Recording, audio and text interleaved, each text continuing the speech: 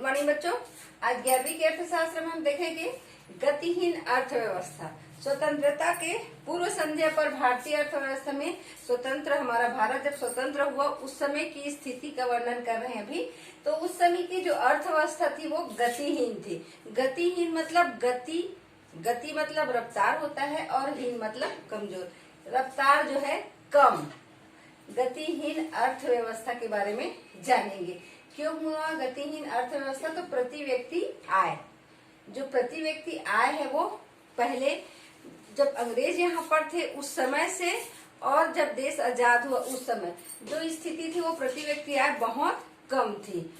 देखा जाता है कि उस समय गरीबी इतनी थी कि लोगों के पास न कपड़े को पहनने को कपड़ा था, न खाने को रोटी थी। तो इस स्थिति इतनी गरीबी कि कई कई साल तक अकाल पड़ा और अकाल के कारण जो है लोगों की जो आय है वो बहुत कम हो गया। उसके बाद देखते हैं जनसंख्या का व्यावसायिक वितरण। जनसंख्या का व्यावसायिक वितरण हम देखते हैं।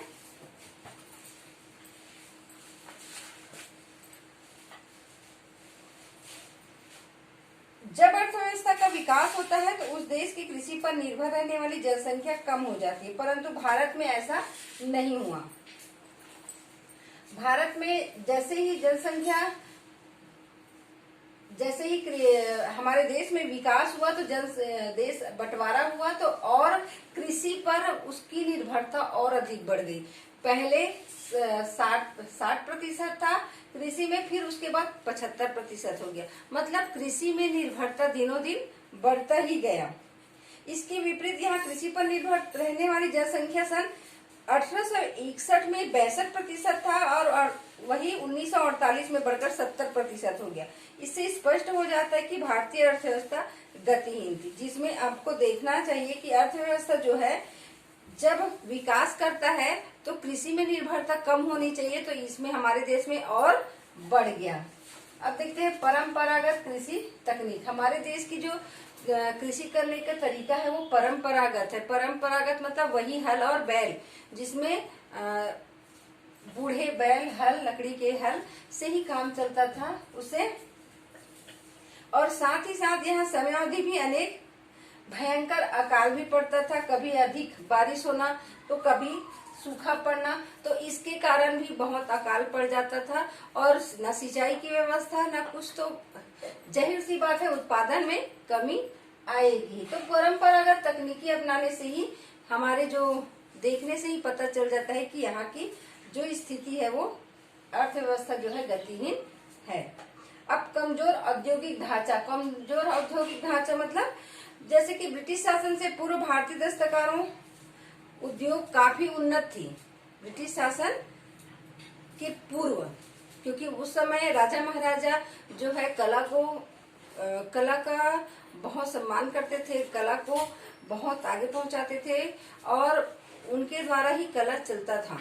परंतु धीरे धीरे अंग्रेज यहाँ आए और यहाँ पर जो कला चलती थी, दस्तकार है और मूर्तिकार है, तो उन लोग उसी वहाँ वैसे ही सामान सस्ते दर पर लाकर बेचने लग गए। तो हाथ से बनाया हुआ जो सामान था वो बहुत महंगी और मेहनत से बनता था और उसमें कीमत अधिक लगता था, तो लोग क्या है उसको कम कीमत में बेच नहीं सकते। और वही सामान अंग्रेज वहां से बना के लाते थे, वो सस्ते दर पर बिकता था, तो लोग सस्ते को खरीदते थे, महंगा नहीं खरीदते थे। और दस्तकार जो अपने हाथ से बनाकर जो सामान बेचते थे उसको सस्ता कर नहीं पाते थे, इस चक्कर में उसको धीरे धीरे अपने दस्तकारी कला को बंद करना पड़ा। तो कमजोर औद्योगिक ढांचा जो है, यहाँ पर कपड़ा, चीनी, पटसन आदि उद्योगों स्थापित है, परंतु आधारभूत उद्योगों का विकास नहीं हो पाया। जो आधारभूत है उससे आधारित है, जैसे बिजली है, पानी है, संचार के साधन है। आधारभूत उद्योगों का विकास नहीं हुआ। जो जरूरी चीज है उन्हीं चीजों का भी औद्योगिक विकास हो पाया। तो इसी को देखते हम समझ जाते हैं कि हमारे देश की अर्थव्यवस्था जो है गतिहीन। अब देखते हैं अर्ध सामंती अर्थव्यवस्था। अर्ध सामंती अर्थव्यवस्था उस समय जो अर्थव्यवस्था थी न पूर्ण पूंजीवादी थी न सामंतवादी, तो उस समय की अर्थव्यवस्था को ही अर्ध सामंती अर्थव्यवस्था कहा जाता है। स्वतंत्रता के समय भारतीय अर्थव्यवस्था न तो पूर्ण रूप से सामंतवादी थे और न ही पूर्ण रूप से पूंजीवादी अतः ये एक मिश्रित अर्थव्यवस्था है जिसे अर्ध सामंतवादी अर्थव्यवस्था कहते हैं। उसमें देखोगे कि सामंतवाद में हम देखते हैं कि अंग्रेजों ने जमींदारी प्रथा प्रारंभ करके भूमि के स्वामित्व के अधिकार जमींदार को दे दिए। जमींदार जो है कृषकों से काम लेते थे, अधिकाधिक उनसे काम लेते थे और जमींदारी ज्यादा से ज्यादा वसूल करते थे।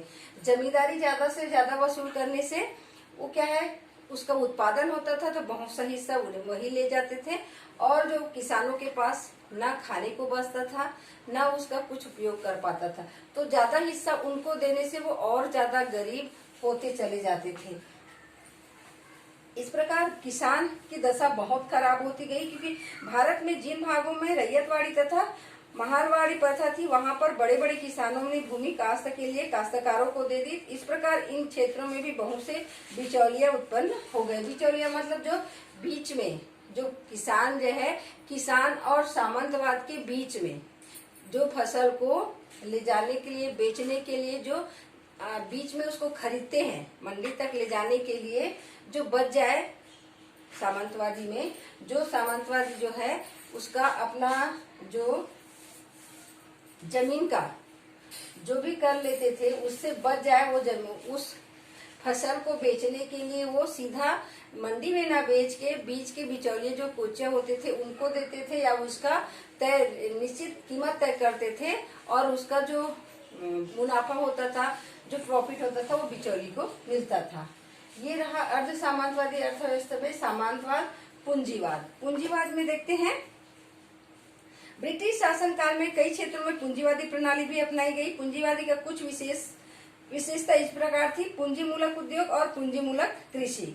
भारत में कई पूंजी मूलक उद्योग जैसे कपड़े, पटसन, लोहे, चीनी, कागज आदि के कारखाने स्थापित किए गए। लोहे, अभ्रक, कोयले आदि के खानों का खनन किया गया तथा इन उद्योगों में काफी मात्रा में विदेशी पूंजी लगी हुई थी। अधिकांश बड़े उद्योगों में काफी मात्रा में विदेशी पूंजी लगी हुई थी। अधिकांश बड़े उद्योगों का प्रबंध भी विदेशों प्रबंध एजेंसियों द्वारा किया जाता था। काफी संख्या में कारीगर, व्यापारी तथा पूंजीपतियों के नौकर बन गए, जो बड़े बड़े बहुत पूंजी लगाए और विदेशों से भी पूंजी लगाए। तो उसमें क्या है, जो हमारे यहाँ के जो काफी संख्या में कारीगर थे वो नौकर बन गए। अब देखेंगे पूंजी मूलक कृषि।